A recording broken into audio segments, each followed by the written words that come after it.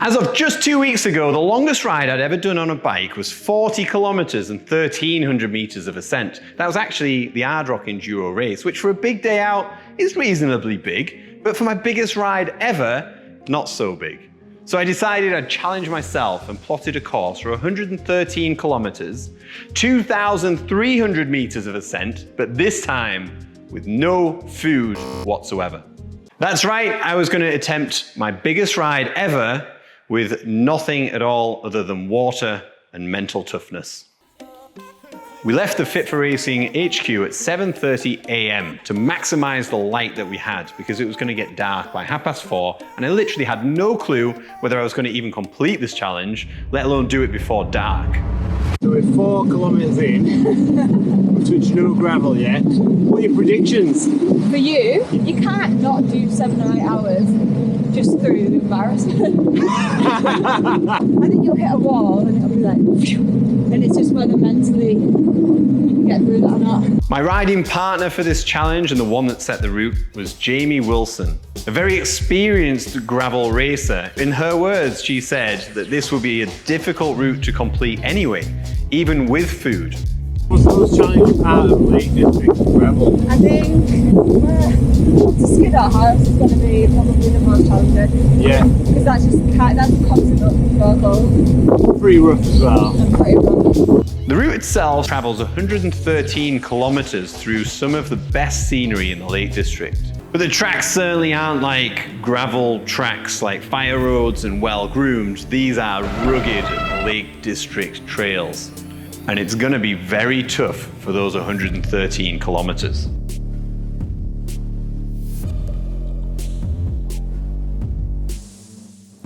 This was the first real gravel ride that I'd done. I'd done some road riding, but not for distance, so drop bars were quite unusual for me, and I don't normally clip in, I'm on flats on my mountain bike. So there's quite a lot going on to get used to. However, I pretty much immediately felt comfortable on the Scepter. A pretty capable bike so far. I thought I'd be rattling around all over the place. Now the Scepter is YT's first ever gravel bike, and we're going to take a look at that later on in the video. Nice focus issue. You've not seen one person walking yet. At this point, you might be asking, why on earth are you going to try and do the biggest ride of your life without any food? Well, the simple answer is curiosity. I like a good challenge, mentally and physically, and this seemed like a decent challenge that might be quite entertaining for you, but genuinely, I wanted to see what would happen. Whether I'd make the distance, whether I'd collapse, or simply just run out of power, or my mind would give up because I was too hungry. Headwind on the way out. Jamie's saying that this is obviously better. So get tailwind on the way back, hopefully. That's at what ace is. Yeah, the cycling gods needs to be on my side today. Good so far? Not the hell down. Yeah. Good. Big drop! Hoo-yah! Soaked it up like a full enduro bike.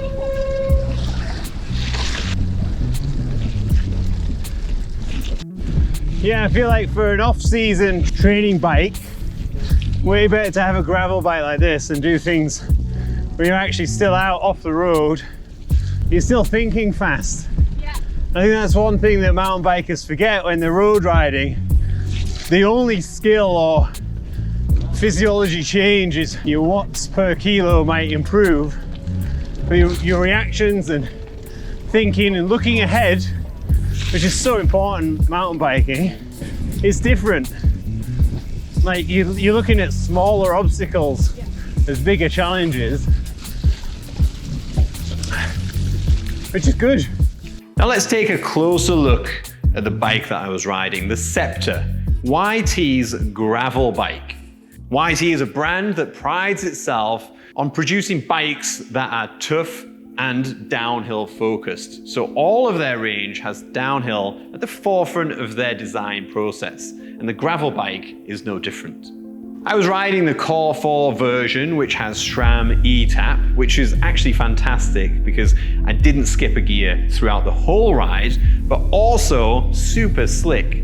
And those levers actually link up together for the dropper post, which was a real nice feature on some of these descents. The forks had 40 mil of travel, which doesn't seem a lot, but it adds so much more ability to be dynamic on the bike, take little impacts, and also increase your traction on the front wheel. I felt that that little bit of travel actually really helped make the bike feel more like a mountain bike and less like a rigid road bike.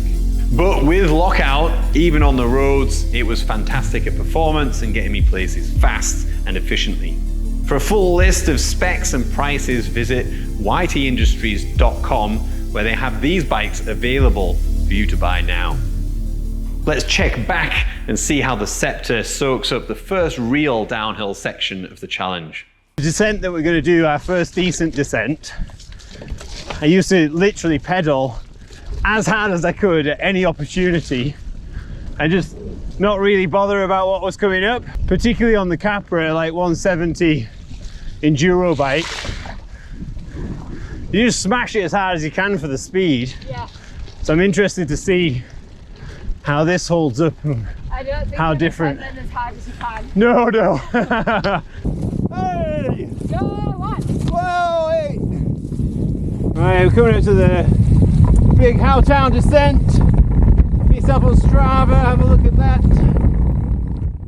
Unfortunately, the GoPro died and we didn't record me going down that descent. However, we've got a comparison between the Capra and the Scepter. Bear in mind, weather conditions are different, but I was pleasantly surprised to see that actually 258 for the Scepter and 138 for the Capra. Yeah, it might seem big difference, but this is a gravel bike that is still capable going down. And it was so much fun. So far, what we've seen, 2 people. Yeah. That is amazing. Cars are minimal. Lake District in the winter. All about the gravel. It's hard not to get excited when I go fast. Yeah, I know.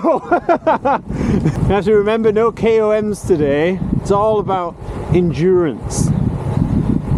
Zone 2. I think I'm on zone 0.5 at the moment. So what's the typical ultra endurance gravel ride look like? Depends if you're doing a multi-day or a single day. Yeah. Single day you would just probably constantly eat every hour. Usually at, say, a big event like a 200k, there would probably be 4 feed stations. So you'd be looking at doing like 50k, filling up, going off again. Yeah. I try to go off 50 to 60 carbs an hour because it's lower intensity. And the great thing about this bike is traveling distance, as I said. So the lake road around, taking in all of the scenery, was an absolute breeze. I feel like they were like, look at this gravel wanker with his Insta 360. Is it the years Google Earth?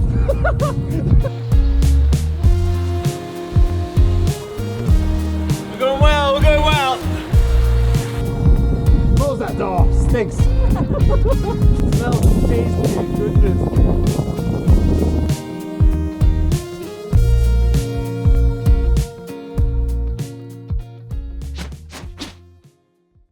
So we are a quarter now, the easiest quarter done. There's a lot more hilly after this, the old coach road down to Keswick from here, which I'm excited for after that first descent. It was mega, wasn't it? Fun, aren't they? Yeah, yeah. So onward, we'll see you on the other side, as Patrick Swayze once said. My favourite movie, that. Oh, Point Break? Yeah. Yeah, left, yeah. Okay. Roots on bridleways! What?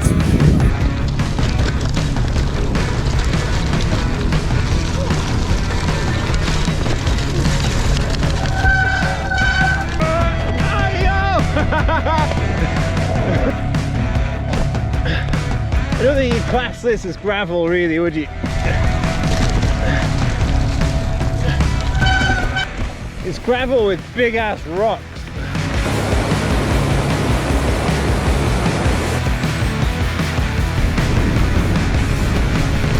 The route took us over the old coach road. It's an ancient road, super rugged and really exposed.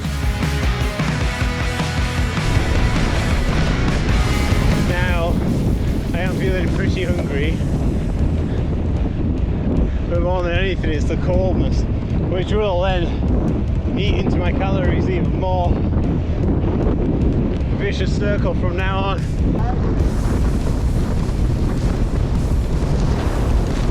God, my feet are cold.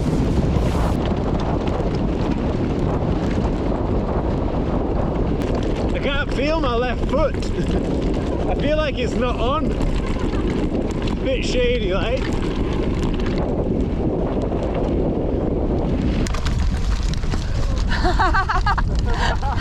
I'm not focusing right. It's starting. It's started. The combination of the exposed terrain and the lack of food at this point really started catching up with me, and I was making stupid mistakes. And it wasn't even halfway through the challenge.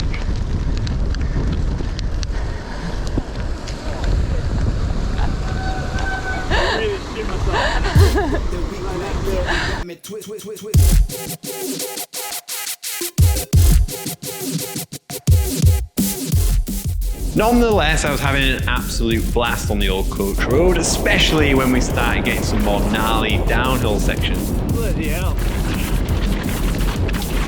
It's loose.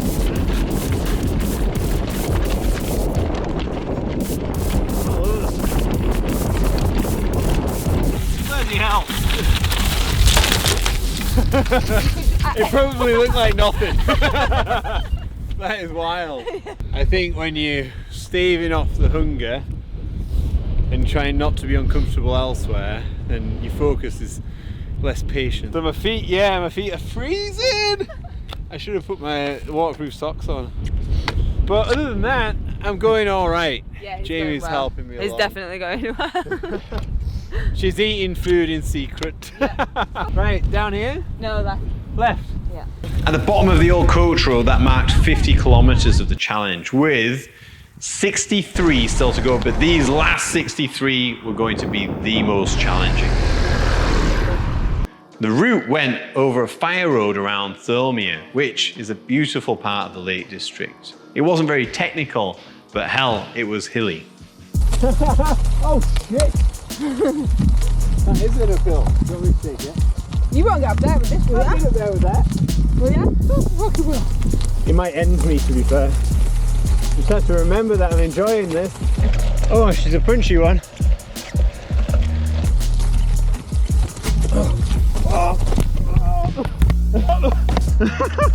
I didn't make it up. 58.6k, and it is pissing down. Legs are feeling fine, surprisingly. Okay. Yeah. Oh, what is this? Oh.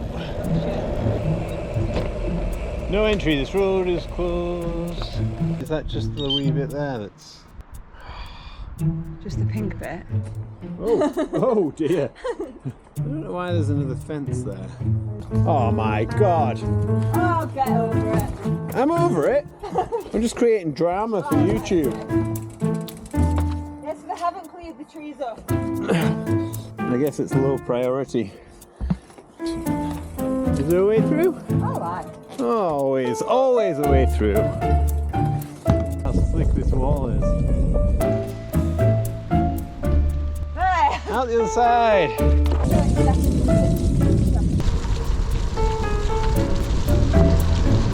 Hiya. Alright. Give my teeth and everything. Is it? Is it still... I'll get out for you. Lovely.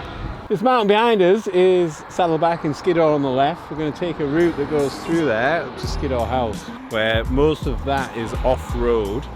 And uphill. And uphill. Yes, there's more uphill than downhill.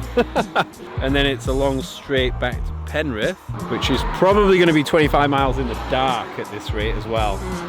I'll put my shoes back on. Now my feet have got a bit of feeling in. Have they?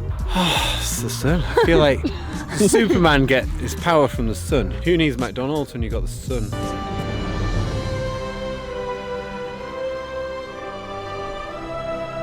It's definitely giving me energy. Better than rain. All right, see you soon. Riding down into Keswick was an absolute treat. The sun was out, and to actually see people, that was brilliant. Normally I like to ride on my own and see as few people as possible. However, the people around me in the town, that really got me buzzing. That water's really perked me up. Has it? Yeah, I was really fading, but I think, yeah, just on a normal day I would have drunk more than that by that time. Not even riding. Literally couldn't get my foot out. Why is that happening? Because I got numb feet. Oh, come on. My head's like.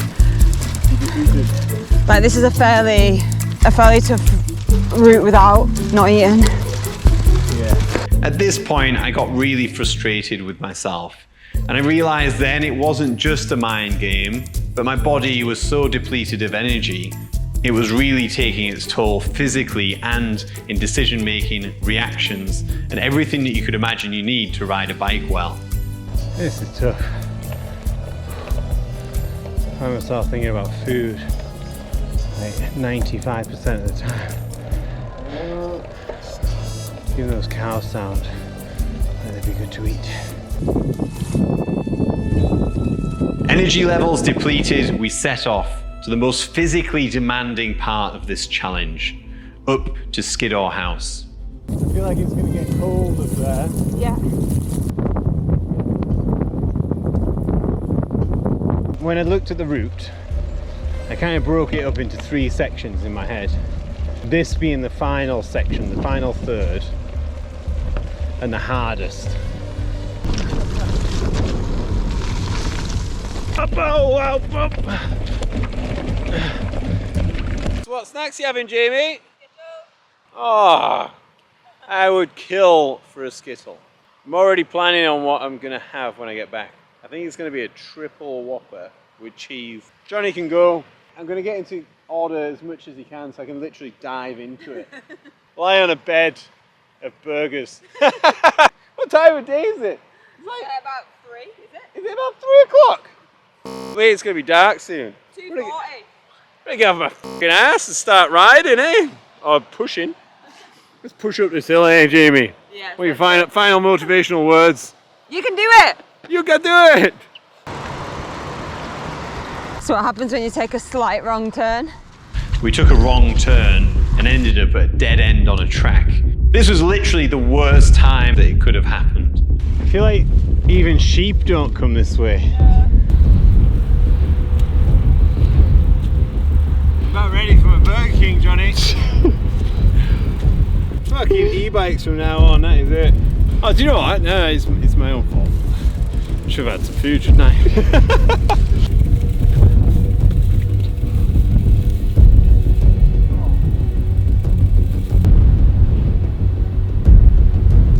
I think your beard has gone grey.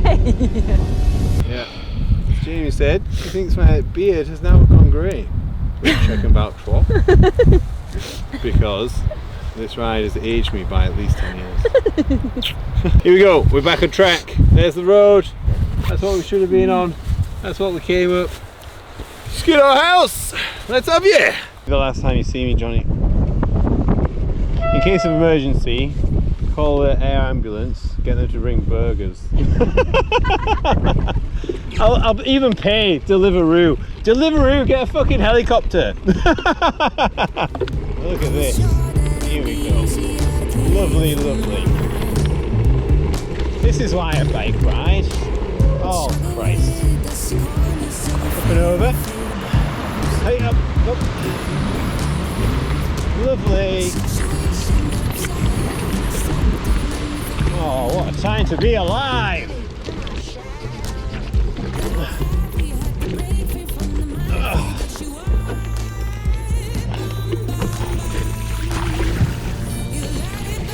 Even little bits like this, I need to clip out beforehand. Yeah, just not confident of my reaction times. Nope.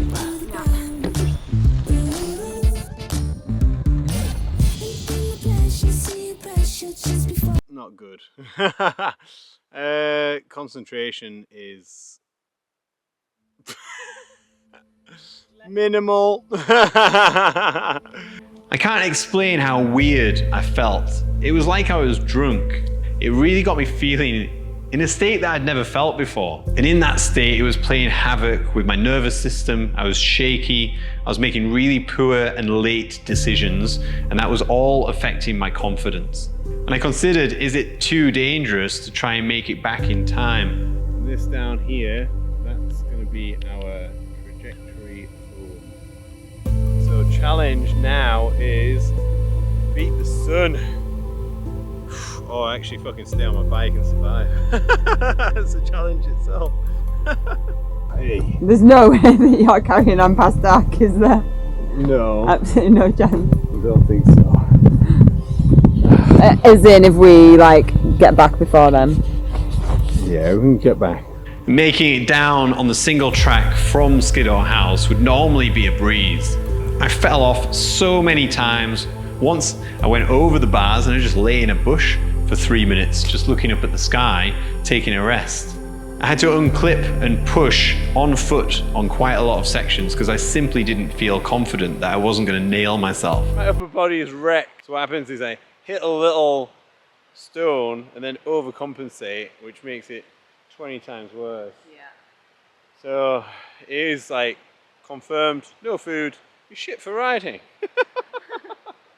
Let's try and make it down in one piece and then I'll enjoy myself on the road back. So the track's gone from single track to a bit more bridleway like, which is so much better. I'm picking up a bit of speed, so looks like we might beat the sun to the bottom. We maybe have to put the lights on when we get there for the road, just for safety more than anything. But this is a dream compared to what we just did. It's lovely. I mean, it's still wet.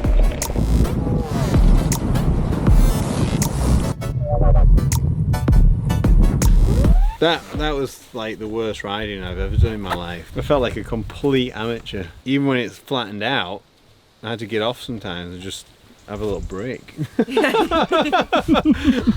And you had a fair fall as well. Oh yeah, I went over the bars a little bit. And then just in the bush, and I just lay down for a little while because it was nice. I enjoy being totally spaced out. But safe again now. Yeah.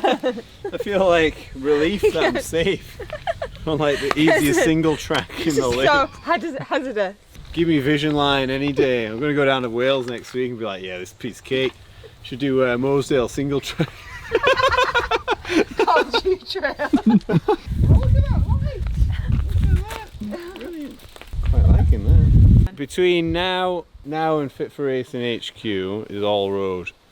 So you don't need to film anything. Your priority is to go to Burger King. What's your order? Triple Whopper with cheese and bacon, large fries, and a Coke. Full and fat. Some cheese melt things. Just get like one of everything on the menu. See you at HQ. Okay, see you, We've got another like 20 minutes. 20 minutes of light. Yeah. How long to get back from here, do you think? Less than an hour, hopefully. Right. Motivated now. We've got the end in sight. There's no more super hazards. Setting off on the road, I thought it'd be absolutely fine, but with still 15 kilometers to go, I felt super unsafe. It was getting dark, I was really cold, and I could barely see. And that wasn't because of the darkness. I was seeing stars around my eyes, and Jamie literally had to ride in front of me so that I could follow her and not make a bad decision on the road. Oh, I'm really struggling now. Just super dizzy. Pins and needles in my hands and my feet. Cold, like feverish. It's like really tough. I just want it to be over. Actually could have a cry about it. Puts into perspective, really, how much you rely on food. I'm elated. I never thought I'd feel like this. elated. I've never used that word in my life. I've never heard you say it ever. No. Oh, so pleased to be back. Can squeeze past it. Oh no, can't fucking help. Get that door open. Oh my god, that's so bad. Never do anything like that.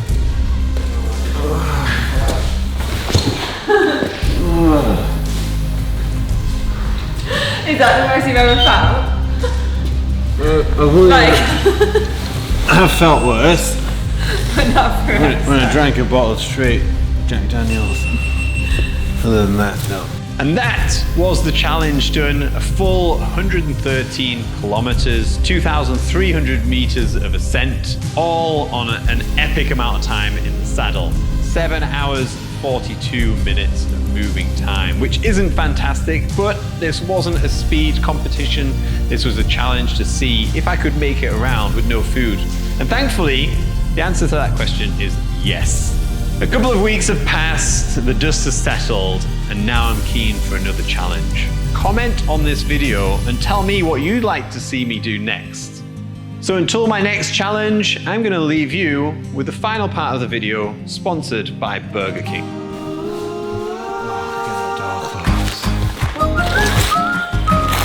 All of this. Oh, the warm. Oh no. Oh, that's what I've been dreaming of. This is the one. Why did I waste my time with the fries and the jalapeno poppers? My brain's still not working very well. I have to do a submarine.